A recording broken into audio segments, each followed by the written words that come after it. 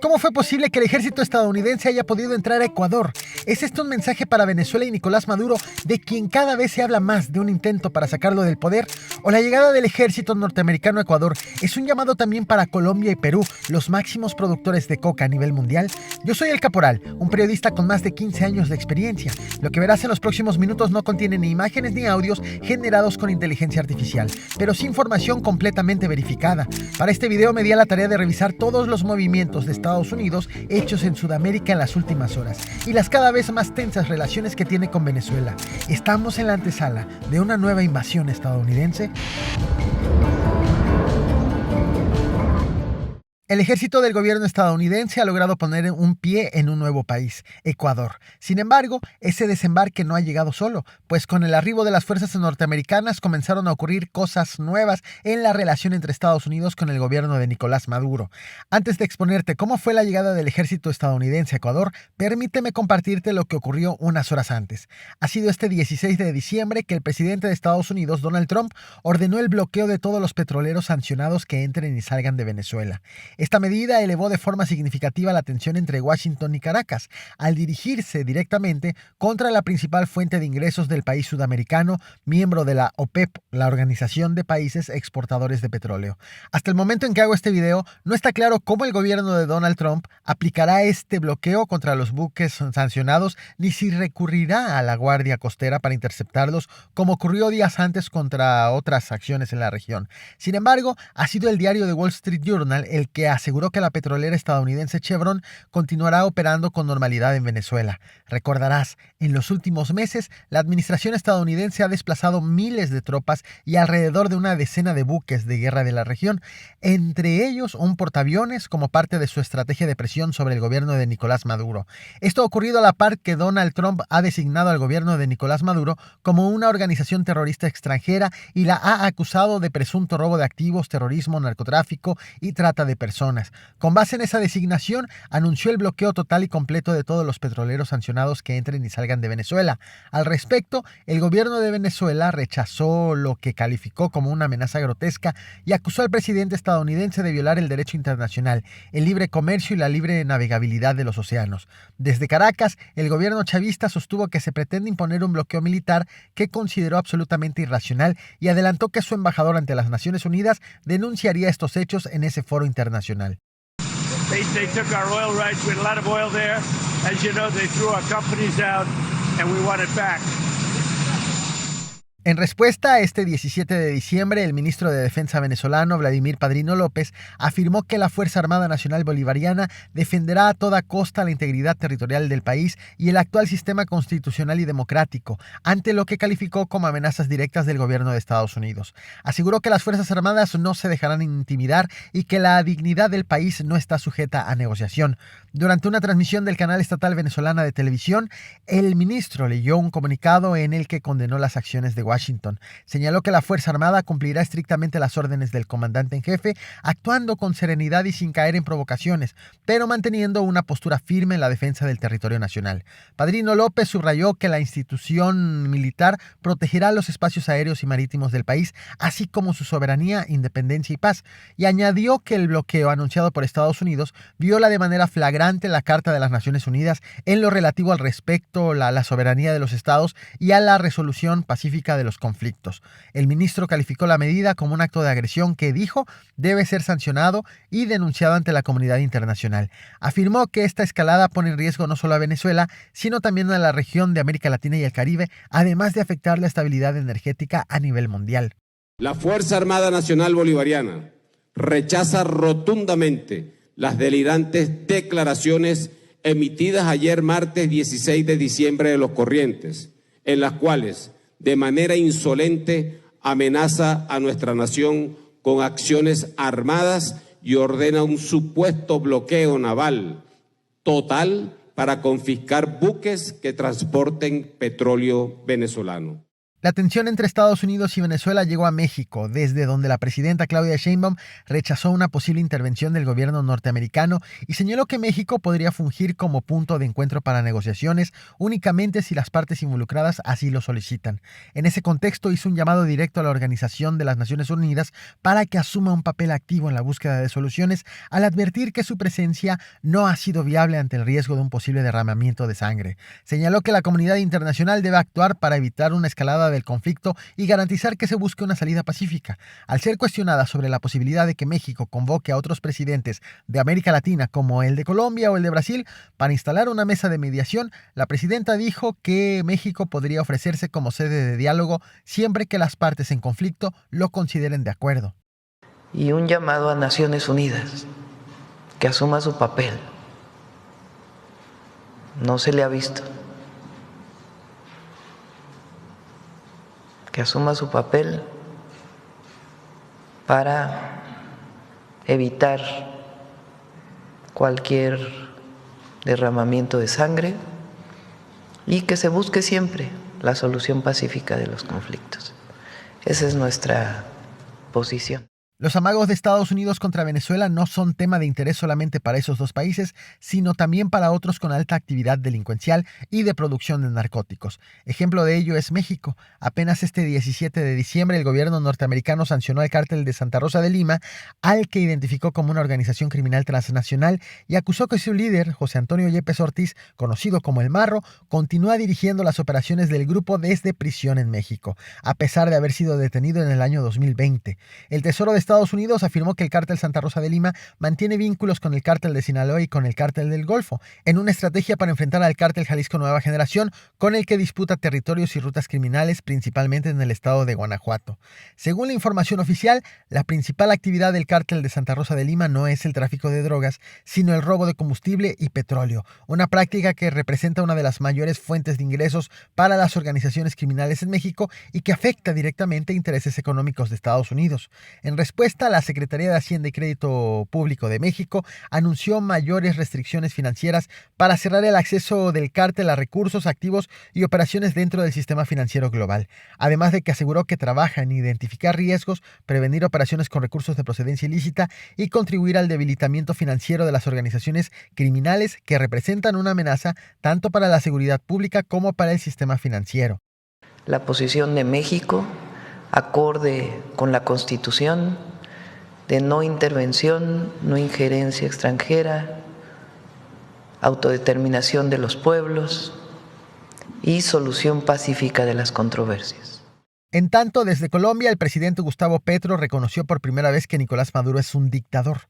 Lo hizo a través de 2 mensajes publicados en su cuenta oficial de la red social X, en los que se refirió directamente al mandatario venezolano como un gobernante que concentra el poder. La declaración marca un giro en la postura pública del presidente colombiano frente al régimen venezolano.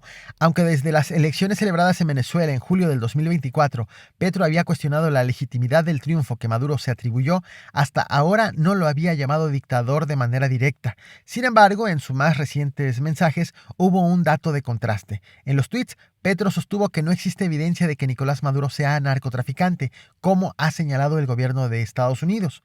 El presidente colombiano afirmó que, al menos en Colombia, no hay pruebas que respalden esa acusación y calificó esa narrativa como una postura de Washington.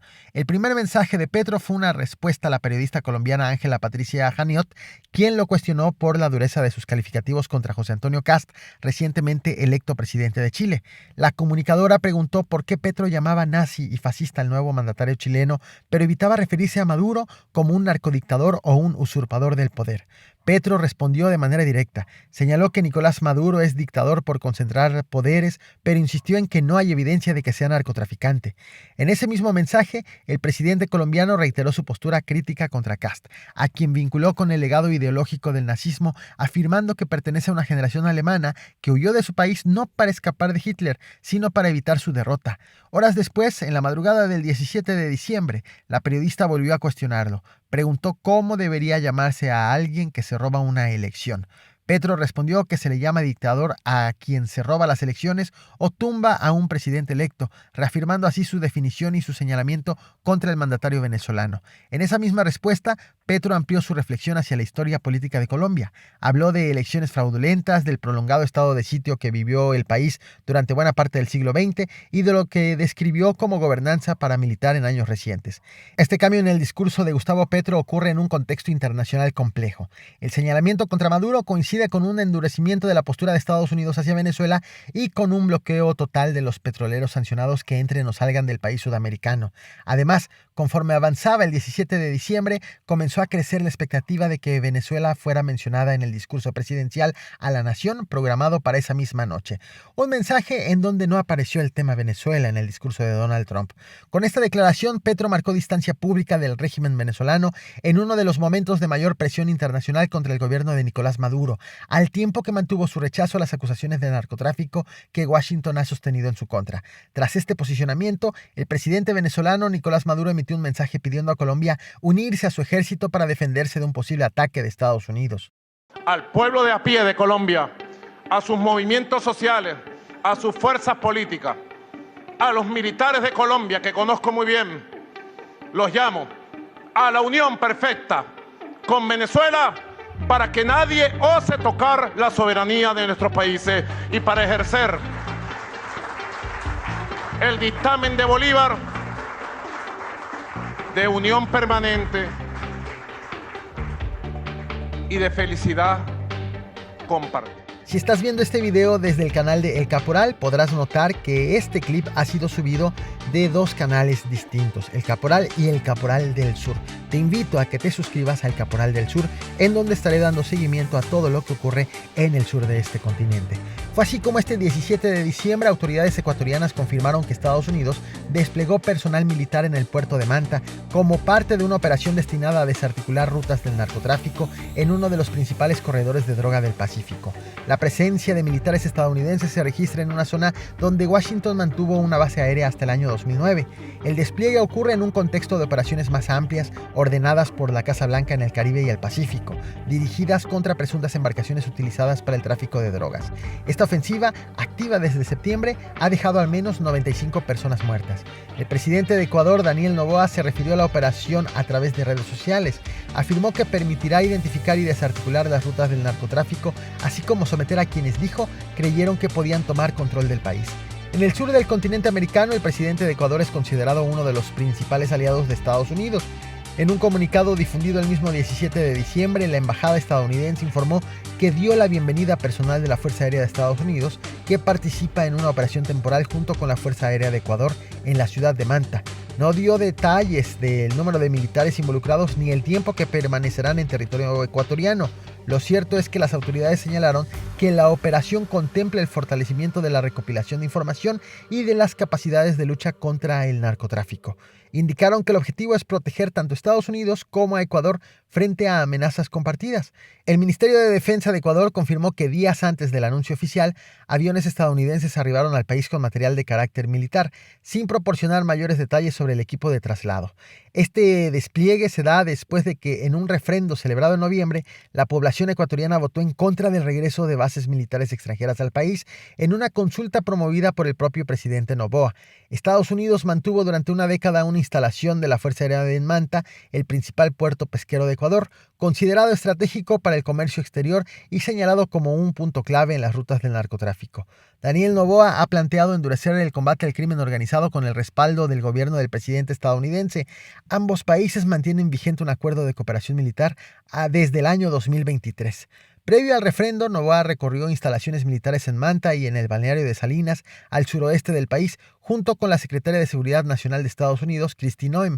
Ambos sitios fueron señalados como posibles ubicaciones para futuras bases militares. Ecuador se encuentra entre Colombia y Perú, los dos principales productores de cocaína a nivel mundial. Con apoyo de la Marina estadounidense en el Pacífico, el país ha incautado alrededor de 210 toneladas de droga en lo que va del 2025, una cifra menor a la cifra alcanzada en el 2024.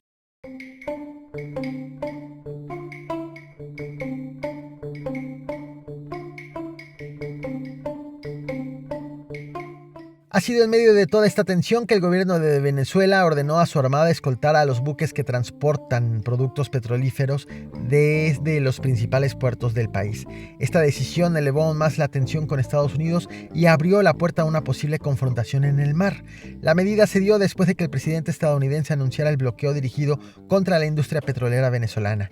El objetivo, según dijo, es impedir la operación de petroleros que violen las sanciones comerciales impuestas por Washington. Fue así que entre la noche del 16 y mañana del 17 de diciembre, varios barcos zarparon de la costa este de Venezuela con escolta naval, según personas familiarizadas con el movimiento. Los buques partieron apenas horas después del anuncio de Trump. Las embarcaciones salieron del puerto de San José con destino a mercados asiáticos. Diversos medios reportaron que la escolta militar fue una respuesta directa a las amenazas formuladas desde Washington. De acuerdo con la información disponible, los barcos escoltados no aparecen en la lista actual de buques sancionados por Estados Unidos. Por ello, no está claro si estarían sujetos al bloqueo anunciado por Trump, quien ha reiterado que su prioridad son los petroleros que han violado sanciones comerciales previas. Ese mismo 17 de diciembre, el mandatario estadounidense volvió a referirse al tema y afirmó que Estados Unidos fue despojado de derechos petroleros en Venezuela. Señaló que empresas estadounidenses fueron expulsadas del país y aseguró que su gobierno busca recuperar lo que considera intereses perdidos. Por su parte, la empresa estatal Petróleos de Venezuela informó mediante un comunicado que los barcos vinculados a sus operaciones continúan navegando con plena seguridad, respaldo técnico y garantías operativas. La petrolera sostuvo que estas acciones se realizan en ejercicio de su derecho a la libre navegación.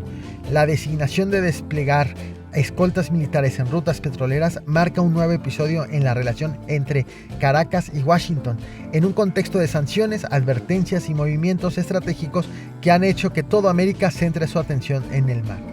Luego de 20 días continuos de anuncios, amenazas, guerra psicológica, luego de 20 días de asedio contra la nación venezolana, hoy estamos más fuertes que ayer.